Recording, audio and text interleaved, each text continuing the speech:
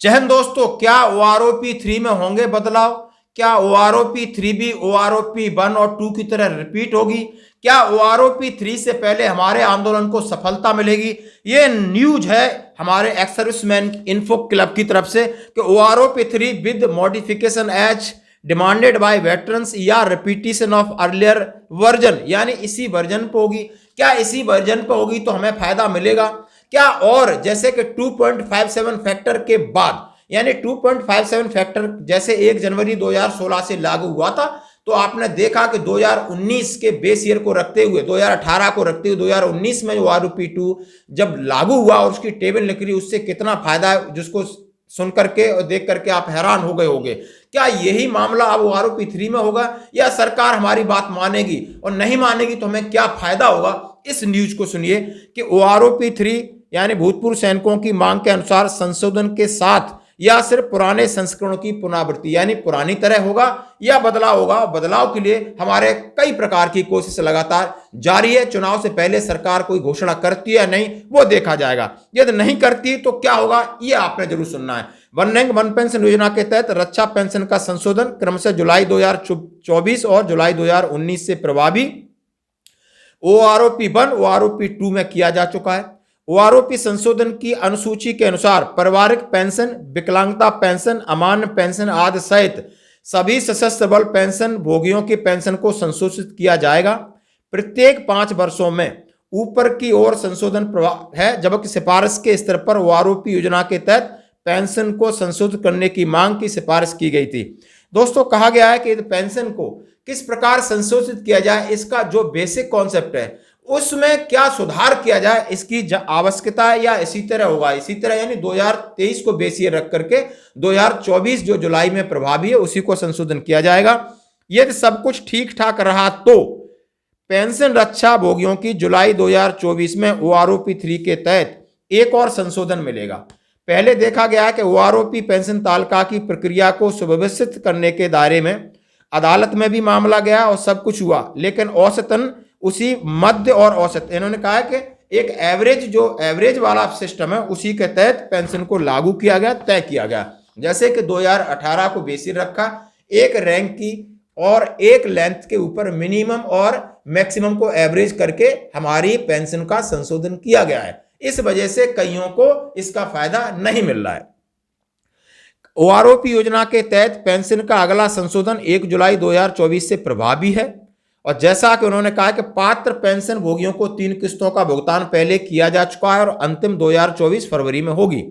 OROP 2 की संशोधन अवधि के दौरान देखा गया था कि अदालती मामलों के कारण दूसरे संशोधन में लगभग 3 साल की देरी हुई थी, लेकिन रक्षा मंत्रालय को इसकी कोई परवाह नहीं है और पूर्व सैनिकों के पक्ष में मौजूद ओआरओपी में सुधार के लिए कोई कार्रवाई शुरू नहीं की गई है। उम्मीद यह की जा सकती है कि ओआरओपी 3 को प्रचलित पद्धति के साथ निर्धारित अवधि के दौरान लागू किया जाएगा। इससे किसी बदलाव या संशोधन की उम्मीद नहीं है, क्योंकि सरकार ने इस पर सकारात्मक विचार करने की दिग्गज मांग को अस्वीकार नहीं किया गया। बड़े दुख की बात है, जैसा कि कहा गया है इसी तरह चलता रहा तो कम से कम समय पे भी देगी, ये भी बड़ा मुश्किल है, क्योंकि अभी तक पिछला ओआरओपी 2 था, हम कोर्टों के चक्कर काटते रहे, 3 साल डिले हुआ। अब जबकि 2024 जुलाई से इफेक्टिव है, इसमें संशोधन ओआरओपी 2 पर लगातार दबाव बनाया जा रहा है, लगातार आंदोलन किए जा रहे हैं, लगातार ज्ञापन दिए जा रहे हैं, धरना प्रदर्शन किए जा रहे हैं, आप ये वीडियो भी देख सकते हो, लेकिन सरकार ने कोई भी मांग स्वीकार नहीं की है। एमओडी ने सरे से इसको नकार दिया था, वो एमओडी का भी मैं आपके साथ लेटर शेयर करूंगा। उन्होंने कहा है कि एमओडी ने वयोवृद्ध और पारिवारिक पेंशन के लिए किसी भी रैंक और सेवा अवधि में पेंशन भोगी द्वारा प्राप्त पेंशन की उच्चतम और न्यूनतम राशि के अनुसार तय किया है। ओआरओपी योजना के वास्तविक आदर्श वाक्य के विपरीत है। 2015 में सरकार द्वारा मांग जो अस्वीकार कर दी कि समान रैंक और समान सेवा अवधि वाले पेंशन भोगियों की पेंशन हमेशा समान होनी चाहिए, वार्षिक संशोधन की मांग पर सिफारिश की गई। यानी वन रैंक वन पेंशन का मतलब था, और ये अफसर रैंक अफसर पेंशन बन के रह गई है। वन रैंक वन पेंशन का जो बेसिक डेफिनेशन है उसके विपरीत ये काम हो रहा है। कोई भी एक लेंथ और एक रैंक में पेंशन कहीं बराबर नहीं है, और बात संशोधन की गई थी तो हर 5 साल बाद संशोधन होगा, उसका लाभ मिलेगा, ऐसा भी दिखता नजर नहीं आ रहा है।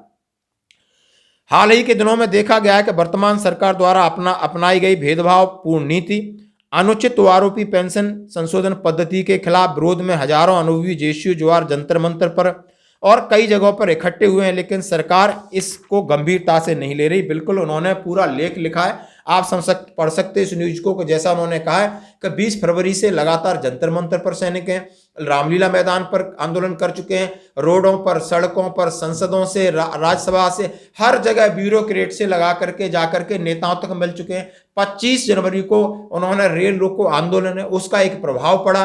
यानी इस तरीके से हम परेशान हैं। अब सवाल ये उठता है, क्या आरोपी 3 अपने तयशुदा समय पर लागू हो जाएगी? क्या सरकार इसको भी टोल मटोल करेगी? क्या इसमें संशोधन होगा आरोपी 2 में जो नहीं हुआ है? यदि नहीं हुआ है तो जो संशोधन होगा उसके हिसाब से लोगों की पेमेंट बढ़ेगी तो कितना बढ़ेगी, इसके ऊपर हम एक अलग वीडियो लेके आएंगे। धन्यवाद।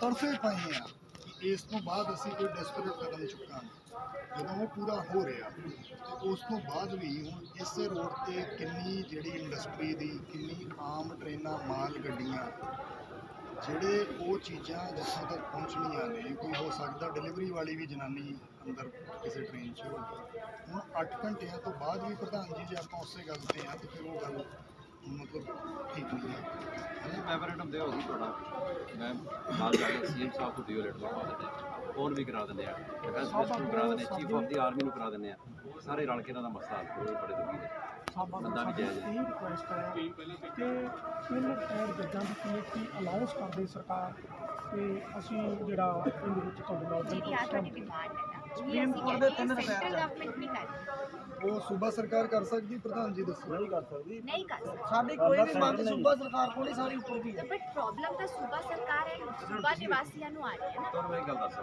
ਸੋ ਮੈਂ ਤੁਹਾਨੂੰ ਇਹ ਕਹਿ ਰਹੀ ਹਾਂ ਕਿ ਜਿੰਨਾ ਸਰਕਾਰ ਦੇ ਸਰਕਾਰਾਂ ਕਾਹਦੇ ਵਾਸਤੇ ਮੈਂ ਉਹੀ ਦੱਸ ਰਹੀ ਹਾਂ ਕਿ ਸਰਕਾਰਾਂ ਨੂੰ ਸਰਕਾਰ ਦਾ- ਇਹ ਨਹੀਂ ਦੇਖਣਾ ਵੀ ਉਹ ਕਿਉਂ ਮੈਨੂੰ ਇੱਕ ਮਿੰਟ ਡਿਸਟਰਬ ਹੋ ਰਹੀ ਹੈ। ਅਕਸਰ ਤਾਂ ਸੈਂਟਰ ਸਰਕਾਰ ਦੇ ਹੀ ਅੰਡਰ ਹੁੰਦੀ ਆ, ਇਹਨਾਂ ਦਾ ਆਪਸ ਵਿੱਚ ਉਹ ਤਾਂ ਹੈ ਨਹੀਂ ਮੇਰੀ ਗੱਲ ਸੁਣੋ। ਦੇਖੋ ਪਤਾ ਹੈ ਅਸੀਂ ਤੁਹਾਡੇ ਨਾਲ ਗੱਲ ਕਰ ਰਹੇ ਹਾਂ, ਆਪਾਂ ਉਹੀ ਗੱਲ ਕਰਾਂਗੇ ਜਿਹੜੀ ਜਾਇਜ਼ ਹੈ, ਠੀਕ ਹੈ। ਜੇ ਸੂਬਾ ਸਰਕਾਰ ਕਰ ਸਕਦੀ ਸੀ ਫਿਰ ਅਸੀਂ ਕਹਿ ਦਿੰਦੇ ਕਿ ਕੋਈ ਨਹੀਂ ਅਸੀਂ ਹੈਲਪ ਕਰਾ ਦਿੰਦੇ ਉਹਦੇ ਵਿੱਚ। ਬਟ ਇਹ ਗੱਲ ਜਿਹੜੀ ਤੁਹਾਡੀ ਸੈਂਟਰਲ ਗਵਰਨਮੈਂਟ ਨਾਲ ਹੈ, ਜੋ ਸੂਬਾ ਸਰਕਾਰ ਕਰ ਸਕਦੀ ਹੈ ਉਹ ਇਹ ਹੈ ਕਿ ਤੁਹਾਡੀ ਗੱਲ ਪ੍ਰੋਪਰ ਤਰੀਕੇ ਨਾਲ ਪਹੁੰਚਾਈ ਜਾਵੇ ਕਿ ਐਕਚੁਅਲੀ ਉਹ ਮੰਨੀ ਵੀ ਜਾਵੇ। ਇਸ ਤਰੀਕੇ ਨਾਲ ਦਾ ਜੋ ਤੁਹਾਡਾ ਮਕਸਦ ਸੀਗਾ ਉਹ ਤਾਂ ਇੱਕ ਤਰ੍ਹਾਂ ਪੂਰਾ ਹੋ ਚੁੱਕਿਆ ਹੈਗਾ। ਤੁਸੀਂ ਆਪਣੀ ਆਵਾਜ਼ ਪਹੁੰਚਾਉਣੀ ਸੀ ਕਿ ਟੀਵੀ ਤੇ ਚੱਲ ਪਿਆ ਹੈਗਾ, ਠੀਕ ਹੈ। ਬਟ ਜੋ ਐਕਚੁਅਲੀ ਹੋਣਾ ਹੈ ਉਹ ਸਰਕਾਰ ਤੋਂ ਸਰਕਾਰ ਪੱਧਰ ਤੇ ਕੀਤਾ ਜਾ ਸਕਦਾ ਹੈ। ਉਹ ਸਰਕਾਰ ਕਰ ਦੇਗੀ ਕਿ ਅਬ ਤੁਹਾਡੀ ਜਿਹੜੀ ਡਿਮਾਂਡ ਹੈ ਉੱਥੇ ਪਹੁੰਚਾ ਦੇਗੀ। ਪ੍ਰਧਾਨ ਜੀ ਅਸੀਂ ਪਹਿਲੇ ਘੰਟੇ ਆ ਕੇ ਤੁਹਾਨੂੰ ਕਿਹਾ ਕਿ ਤੁਸੀਂ 4:30-5 ਵਜੇ ਬੈਠੋ, ਅਸੀਂ ਨਾਲ ਦੇ ਨਾਲ ਆ ਕੇ ਕਿਹਾ, ਅਸੀਂ ਕਿਹਾ ਨਹੀਂ ਯਾਰ ਜਿੰਨਾ ਸਮਾਂ ਲੱਗਦਾ ਜਿੰਨੀ ਦੇਰ ਤੱਕ ਇਹ ਚੀਜ਼ ਹਾਈਲਾਈਟ ਹੋਣੀ ਬਣਦੀ ਹੈ ਉਨੀ ਦੇਰ ਤੱਕ ਇਹਨੂੰ ਹਾਈਲਾਈਟ ਹੋਣੀ। ਅਸੀਂ ਧੰਨਵਾਦ ਕਰਦੇ ਸਰ। ਅਸੀਂ ਸਟੇਜ ਤੋਂ ਵੀ ਧੰਨਵਾਦ ਕੀਤਾ ਆਪਣੇ ਪੰਜਾਬ ਪੁਲਿਸ ਪ੍ਰਸ਼ਾਸਨ ਦਾ ਵੀ ਤੇ ਜ਼ਿਲ੍ਹਾ ਪ੍ਰਸ਼ਾਸਨ ਦਾ ਜਿਹੜਾ ਸਾਨੂੰ ਸਹਿਯੋਗ ਦਿੱਤਾ। ਬਾਕੀ ਸਰ ਇਹਦੇ ਵਿੱਚ ਸਾਡਾ ਜਿਹੜਾ ਹੱਲ ਆ ਉਹ ਨਹੀਂ ਹੋਇਆ, ਸਾਡੇ ਨਾਲ ਬਹੁਤ ਵੱਡਾ ਧੋਖਾ ਹੋਇਆ, ਬਾਂਦਰ ਬਾਂਟ ਹੋਈ ਆ। ਉਹ ਜਿਹੜਾ ਇਹ ਪੂਰੇ ਦੇਸ਼ ਦੇ ਜਿਹੜੇ ਟੈਕਸ ਪੇ ਕਰਨ ਵਾਲੇ ਪੂਰੇ ਨਾਗਰਿਕਾਂ ਨਾਲ ਧੋਖਾ ਹੋਇਆ, ਇਹ ਪੂਰੇ ਦੇਸ਼ ਨਾਲ ਧੋਖਾ ਹੋਇਆ, ਉਹਦੀ ਅਸੀਂ ਜਾਂਚ ਚਾਹੁੰਦੇ ਹਾਂ। ਇਹ ਅਸੀਂ ਤਾਂ ਤੁਹਾਡਾ ਸਾਥ ਚਾਹੁੰਦੇ ਹਾਂ ਸਾਹਿਬ ਬਹਾਦਰ, ਇੰਨੀਆਂ ਵੱਡੀਆਂ ਪੋਸਟਾਂ 'ਤੇ ਤੁਸੀਂ ਬੈਠੇ ਹੋ ਤੇ ਇਹਦਾ ਜਿਹੜਾ ਆਪਾਂ ਰਲ ਮਿਲ ਕੇ ਇਹੋ ਜਿਹਾ ਜਿਹੜਾ ਕੋਈ ਅੱਗੇ ਵੀ ਨਾ ਕਰੇ, ਇਹਦੇ ਵਿੱਚ ਆਪਾਂ ਨੂੰ ਇੱਕ ਮੁੱਠ ਹੋ ਕੇ ਏਕਤਾ ਨਾਲ ਜਿਹੜਾ ਆਪਾਂ ਨੂੰ ਕਦਮ ਚੁੱਕਣਾ ਪਏਗਾ। ਨਹੀਂ ਤਾਂ ਇਹ ਜਿਹੜਾ ਇੰਨੇ ਸੀਨੀਅਰ ਅਫਸਰ ਜੇ ਮੌਕੇ ਤੇ ਆ ਕੇ ਤੁਹਾਡੇ ਨਾਲ ਆਉਣ ਤੇ ਕੋਈ ਗੱਲ ਕਰ ਰਹੇ ਆ, ਇਹ ਸ਼ੋਅ ਕਰਦਾ ਨਾ ਕਿ ਅਸੀਂ ਨਰਮ ਦਿਲੀ ਦਾ ਰਵੱਈਆ ਰੱਖਦੇ ਹਾਂ। ਪਰ ਇੱਕ ਪੁਆਇੰਟ ਤੋਂ ਬਾਅਦ ਆਪਾਂ ਨੂੰ ਇਹ ਟ੍ਰੇਨਾਂ ਨੂੰ ਰੋਕਣਾ ਕਿਸੇ ਵੀ ਜਥੇਬੰਦੀ ਨੂੰ ਸ਼ੋਭਦਾ ਹੈ। ਦੱਸੋ ਸਰ ਅਸੀਂ 10 ਮਹੀਨੇ ਤੋਂ ਬੈਠੇ ਸੀ, ਕਹਿ ਰਹੇ ਸਰ 14 ਸਾਲ ਅਸੀਂ ਪਹਿਲਾਂ ਸੰਘਰਸ਼ ਕੀਤਾ, ਹੁਣ 10 ਮਹੀਨੇ ਤੋਂ ਅਸੀਂ ਲਗਾਤਾਰ ਬੈਠੇ। ਅਸੀਂ ਮਜਬੂਰ ਹੋ ਗਏ ਸਾਹਿਬ ਬਹਾਦਰ, ਸਾਡਾ ਕੋਈ ਅਸੀਂ ਇਹ ਤਾਂ ਆਪਣੇ ਆਪ ਦੇ ਸੂਬੇ ਦੀ ਧੌਣ ਤੇ ਗੋਡਾ ਰੱਖਣਾ ਟ੍ਰੇਨਾਂ ਰੋਕ ਕੇ, ਇਹ ਆਪਣੇ ਸਾਡਾ ਸਾਥੀ ਭਰਾਵਾਂ ਨੂੰ ਸ਼ੋਭਦਾ ਹੈ। ਪੰਜਾਬ ਦਾ ਸਾਡਾ ਨਹੀਂ ਸੀਗਾ ਬਈ ਚਲੋ ਅਸੀਂ ਇੱਥੇ ਰੋਕੀਏ। ਵੈਸੇ ਜਿਹੜੀ ਰੇਲ ਆ ਜਿਹੜੀ ਆ ਇਹ ਸੈਂਟਰ ਦੀ ਆ ਰੇਲ ਹੈਗੀ ਸੈਂਟਰ ਗਵਰਨਮੈਂਟ ਦੀ, ਲੇਕਿਨ ਰੇਲਾਂ ਸਟੇਟ ਗਵਰਨਮੈਂਟ ਦੇ ਏਰੀਆ 'ਚ ਲੱਗਦੀਆਂ, ਉਹਨਾਂ ਨੂੰ ਆਪਰੇਸ਼ਨ ਹੀ ਚਲਾਉਣਾ ਸਾਡੀ ਜ਼ਿੰਮੇਵਾਰੀ, ਸਾਡੀ ਮੀਨਸ ਪੰਜਾਬ ਸਰਕਾਰ ਦੀ। ਟ੍ਰੇਨ ਰੁਕਦੀ ਆ ਚ ਹਿੰਦੁਸਤਾਨ ਸਰਕਾਰ ਦਾ ਨਹੀਂ, ਸਾਡੀ ਜ਼ਿੰਮੇਵਾਰੀ ਹੈ ਟ੍ਰੇਨ ਨੂੰ ਚਲਾਉਣਾ। ਅਗਰ ਇੱਕ ਟ੍ਰੇਨ ਦਾ ਐਕਸੀਡੈਂਟ ਹੁੰਦਾ, ਸਾਰੀ ਸਿਵਲ ਪ੍ਰਸ਼ਾਸਨ ਆ ਕੇ ਸਾਰਾ ਨੂੰ ਸੰਭਾਲਦਾ, ਇੱਕ ਦਿੱਲੀ ਥੋੜ੍ਹਾ ਆਉਂਦਾ ਕੋਈ। ਟ੍ਰੇਨ ਪੰਜਾਬ ਚੱਲਦੀ ਹੈ, ਉਹਨਾਂ ਦੀ ਟਰੈਕ ਨਹੀਂ ਰੱਖੀ, ਉਹਨਾਂ ਦਾ ਸਾਰਾ ਲਾਅ ਆਰਡਰ ਦੀ ਜ਼ਿੰਮੇਵਾਰੀ, ਸਟੇਸ਼ਨਾਂ ਤੇ ਪ੍ਰੋਟੈਕਸ਼ਨ ਦੀ GRP ਪੰਜਾਬ ਪੁਲਿਸ ਦਾ ਹਿੱਸਾ ਹੈ। ਸੋ ਇਹ ਸਾਡੀ ਜ਼ਿੰਮੇਵਾਰੀ ਬਣ ਜਾਂਦੀ ਹੈ ਕਿ ਟ੍ਰੇਨ ਟਰੈਕ ਲਾਓ। ਸੈਂਟਰ ਨੇ ਟੈਲੀਫੋਨ ਕਰ ਦੇਣਾ ਪੰਜਾਬ ਸਰਕਾਰ ਨੂੰ, ਪੰਜਾਬ ਸਰਕਾਰ ਤੋਂ ਸਾਨੂੰ ਆ ਜਾਣਾ ਜਾਂ ਟਰੈਕ ਨਹੀਂ ਕਰਾਓ। ਜਿਹੜੇ ਸੂਬੇ 'ਚ ਸੈਂਟਰ ਗਵਰਨਮੈਂਟ ਵਾਲੀ ਗਵਰਨਮੈਂਟ ਹੋਵੇ, ਕੀ ਉਸ ਸੂਬੇ 'ਚ ਆਪਾਂ ਜੇ ਅੱਛਾ ਸੁਣੋ ਇਸ ਤਰ੍ਹਾਂ ਤੁਸੀਂ ਰਿਕਵੈਸਟ ਕਰ ਰਹੇ ਸਾਨੂੰ ਗੱਲਬਾਤ ਨਹੀਂ ਕਰਦਾ ਜਿਹੜਾ ਸਾਡਾ ਫਰਜ਼ ਸੀ ਸਾਡੀ ਖਰੀਦ ਹੈ। ਹੁਣ ਆਪ ਜੀ ਨੂੰ ਰਿਕਵੈਸਟ ਹੈ ਕਿ ਤੁਸੀਂ ਇਹ ਕਰਨਾ ਚਾਹੁੰਦੇ ਇਸ ਤੋਂ ਬਾਅਦ ਦੇਖੋ ਮੈਂ ਕਨਫਰੇਸ਼ਨ ਨਹੀਂ ਚਾਹੁੰਦਾ। ਕਨਫਰੇਸ਼ਨ 'ਚ ਕੀ ਹੁੰਦਾ, ਕੋਈ ਲੜ ਚਾਹ ਜੋ ਕੋਈ ਥੋੜਾ ਜ਼ਖਮੀ ਕੋਈ ਸਾਡਾ ਜ਼ਖਮੀ ਹੋ, ਫਿਰ ਕੀ ਹੋਊ, ਫਿਰ ਮਸਲਾ ਹੱਲ ਹੋ ਜੀ। ਇੱਕ ਮਿੰਟ ਮੇਰੀ ਗੱਲ ਸੁਣੋ, ਅਸੀਂ ਨਹੀਂ ਇੱਕ ਮਿੰਟ ਅਸੀਂ ਮੇਰੀ ਗੱਲ ਸੁਣੋ,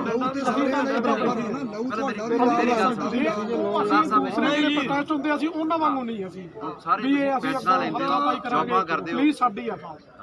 ਅਸੀਂ ਇਹ ਨਹੀਂ ਕੰਮ ਕਰਾਂਗੇ। ਇਸ ਕਰਕੇ ਜਾਂ ਫਿਰ ਗ੍ਰਿਫਤਾਰੀ ਦੇ ਦਿਓ ਜਾਂ ਟਰੈਕ ਖਾਲੀ ਕਰ ਦਿਓ। ਮੇਰੀ ਵੀ ਤਾਂ ਜਾਨ ਛੁਡਾਉਣਾ ਯਾਰ, ਮੈਂ ਇੱਥੇ ਬੈਠਾ ਆ ਕੇ, ਮੇਰੀ ਨਹੀਂ ਤਾਂ ਜਾਨ ਛੁੱਟਦੀ, ਮੇਰੀ ਫੌਜ ਦੀ ਜਾਨ ਨਹੀਂ ਛੁੱਟਦੀ।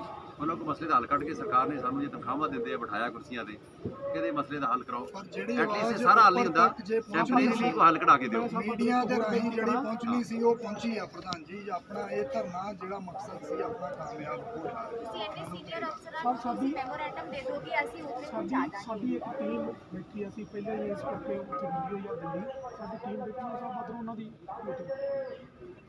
ਦਿੱਲੀ ਵਾਲੀ ਟੀਮ ਦੀ ਮੀਟਿੰਗ ਮੈਂ ਕਿਦਾਂ ਕਰਾਂ, ਉਹ ਸੈਂਟਰ ਗਵਰਨਮੈਂਟ ਨਾਲ, ਇੱਕ ਪੰਜਾਬ ਗਵਰਨਮੈਂਟ 'ਚ ਆਪਦੀ ਗਵਰਨਮੈਂਟ ਗਵਰਨਰ ਸਾਹਿਬ ਨੂੰ ਕਹਿ ਕੇ ਤੁਸੀਂ ਸਾਹਿਬ ਗਵਰਨਰ ਸਾਹਿਬ ਨੂੰ ਮੈਮੋਰੈਂਡਮ ਦਵਾ ਦਿੰਦੇ ਹੋ, ਉਹਨਾਂ ਮੇਰੇ ਆ ਕੇ ਫੋਨ ਹੀ ਨਾ ਚੁੱਕਦੇ ਹੋ। ਸਰ ਆਪਾਂ ਕੋਈ ਜੋ ਵੱਡਾ ਆਪਰੇਸ਼ਨ ਕਰਦੇ ਆ ਫਿਰ ਵੀ ਆਪਾਂ ਇਕੱਠੇ ਹੋ ਕੇ ਕਰਦੇ ਆ, ਆਰਮੀ CRP ਪੁਲਿਸ ਸਾਰਾ ਇਕੱਠੇ ਹੀ ਆਪਾਂ ਹੁੰਦੇ ਆ, ਤੇ ਇੰਨਾ ਤਾਂ ਨਹੀਂ ਹੈਗਾ ਵੀ ਤੁਹਾਡੀ ਉੱਪਰ ਤਾਂ ਕੋਈ ਗੱਲ ਨਹੀਂ, ਸਾਰੇ ਪਾਸੇ ਤੁਸੀਂ ਕਰ ਸਕਦੇ ਜੋ। ਅੱਛਾ ਹੁਣ ਤੁਸੀਂ ਵੇਖੋ ਮੇਰੀ ਗੱਲ ਸੁਣੋ, ਮੈਂ ਤਾਂ ਰਿਕੁਐਸਟ ਹੈ ਲਾਸਟ ਤੁਹਾਨੂੰ ਕੋਈ ਗੱਲਬਾਤ ਜਿੰਨੀ ਲੰਬੀ ਕਰੀ ਚੱਲਾਂਗੇ ਚਲੀ ਜਾਊਗੀ। ਹੁਣੇ ਜਾ ਕੇ ਦੇਖੋ 8 ਘੰਟੇ ਤੁਹਾਡਾ SSP ਸਾਹਿਬ ਨੇ ਕਹਿ ਦਿੱਤਾ ID ਟਰੈਕ ਖਾਲੀ ਕਰਾਓ। ਜੇ ਤੁਸੀਂ ਨਹੀਂ ਖਾਲੀ ਕਰਨਾ ਚਾਹੁੰਦੇ ਤੁਸੀਂ ਗ੍ਰਿਫਤਾਰੀ ਦੇ ਦਿਓ, ਅਸੀਂ ਰੈਸਟ ਕਰਕੇ ਤੁਹਾਨੂੰ ਧਾਰਾ ਬਣ ਗਈ ਰੇਲਵੇ ਦੀ, ਦੱਸੋ ਜੀ ਰੇਲ ਟਰੈਕ ਤੇ ਕਿਹੜੀ ਧਾਰਾ ਬਣਦੀ ਹੈ, ਉਹਦੇ ਜਿਹਨਾਂ ਦੀ ਗ੍ਰਿਫਤਾਰੀ ਪਾ ਲੈਂਦੇ, ਜੇਲ੍ਹ ਭੇਜ ਦਿੰਦੇ। ਜਾਂ ਤੁਸੀਂ ਸੌਖਾ ਤਰੀਕਾ ਇਹ ਦੱਸੋ ਹੈ ਇੱਕ ਕਿ ਮਿੰਟ, ਸਾਨੂੰ ਮਾਡਲ ਸਾਹਿਬ ਮੈਮੋਰੈਂਡਮ ਦੇ ਦਿਓ, ਦੱਸੋ ਅਸੀਂ ਪਹੁੰਚਾ ਦੇਵਾਂਗੇ। ਰੇਲਵੇ ਕਿਹੜੀ ਧਾਰਾ ਥੱਲੇ ਪਰਚਾ ਦਰਜ ਹੁੰਦਾ? रेलवे एक्ट का 174A सेक्शन है जिसमें ट्रैक के ऊपर कोई भी एजुटेशन करता है जिससे लोगों को परेशानी हो रही है तो उसमें गिरफ्तारी होती है। उसी का ADG साहब बता रहे हैं। ਪ੍ਰਧਾਨ ਜੀ ਅਸੀਂ ਤੇ ਹੱਥ ਜੋੜ ਕੇ ਬੇਨਤੀ ਵੀ ਕਰ ਲਈ, ਪਰਚਾ ਦਰਜ ਕਰਕੇ ਗ੍ਰਿਫਤਾਰੀ ਦੇ ਦਿਓ, ਫਿਰ ਇਹੀ ਹੈ ਯਾਰ। ਪਤਾ ਹੈ ਫਿਰ ਤੁਸੀਂ ਐਕਚੁਅਲੀ ਆਪਣਾ ਨੁਕਸਾਨ ਕਰਾ ਰਹੇ ਹੋ। ਬੱਚਾ ਹੋ ਗਿਆ ਫਿਰ ਜੋ ਵੀ ਨੌਕਰੀਆਂ ਮਿਲ